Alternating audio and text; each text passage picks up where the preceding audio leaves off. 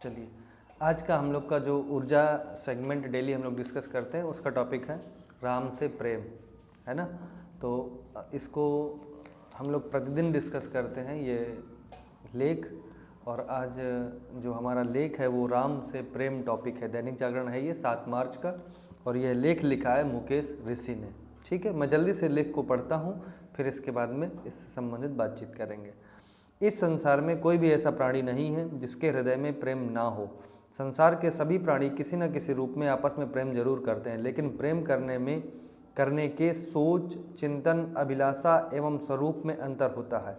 कोई धर्म से तो कोई अधर्म से, कोई सत्य से तो कोई असत्य से, कोई झूठ से तो कोई सच से, कोई पाप से तो कोई पुण्य से, कोई बुराई से तो कोई अच्छाई से, कोई सद्गुण से तो कोई दुर्गुण से, कोई सत्कर्म से तो कोई दुष्कर्म से, कोई भक्ति से तो कोई आसक्ति से, कोई लोभ से तो कोई त्याग से, कोई काम से तो कोई राम से, कोई ब्रह्म से तो कोई माया से प्रेम करता है। लेकिन किससे प्रेम करें कि यह दुर्लभ मानव जीवन सफल हो और जीवन में सुख, शांति एवं परमानंद की प्राप्ति हो।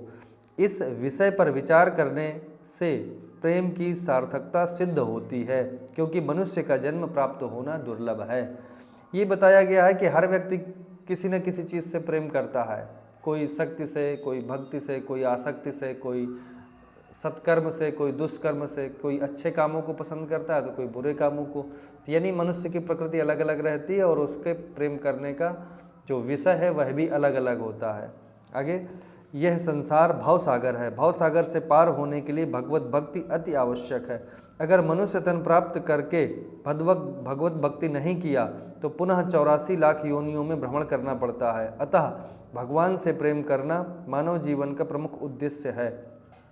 ईश्वर प्राप्ति जीवन का सबसे प्रमुख लक्ष्य है। इसी के लिए जब तप, ध्यान, सत्संग, पूजा पाठ, यज्ञ किए जाते हैं जो ईश्वर प्राप्ति के मार्ग में सहायक सिद्ध होते हैं। इनसे मन का शुद्धिकरण होता है, पाप, ताप, दोषों का परिमार्जन होता है। प्रभु से प्रेम उत्पन्न होने वाली बाधाएं प्रभु के प्रेम में उत्पन्न होने वाली बाधाएं समाप्त हो जाती हैं। मन सतोगुणी बनता है। ये 3 गुण होते हैं, सतगुण, तमगुण और रजगुण। इनके बारे में चर्चा हम लोग करेंगे बाद में फिर किसी दिन। गोस्वामी तुलसीदास जी ने कहा है कि हरि व्यापक सर्वत्र समाना, प्रेम ते प्रकट हो ही मैं जाना। अर्थात मैं जानता हूँ कि भगवान सब जगह समान रूप से व्यापक है, लेकिन प्रेम से वे प्रकट हो जाते हैं। स्पष्ट है कि ईश्वर से प्रेम ही सब कुछ मिलेगा, ईश्वर प्रेम से ही सब कुछ मिलेगा। इसलिए राम से प्रेम करना जीवन के लिए सर्वथा उचित है। प्रभु की प्राप्ति करके मानव बंधनों से मुक्त हो जाता है। यह आज का लेख था राम से प्रेम के बारे में, और इसने या जो भी हमको सीखने को मिलता है वह यह है कि हमको धीमे धीमे अपने आप को मेडिटेशन यानी योगा और अपने जो हमारे दुर्गुण हैं या अवगुण हैं उनको कम करेंगे तो फिर हम सही रास्ते पर जाने लगेंगे। और यही प्रभु या राम से प्रेम है।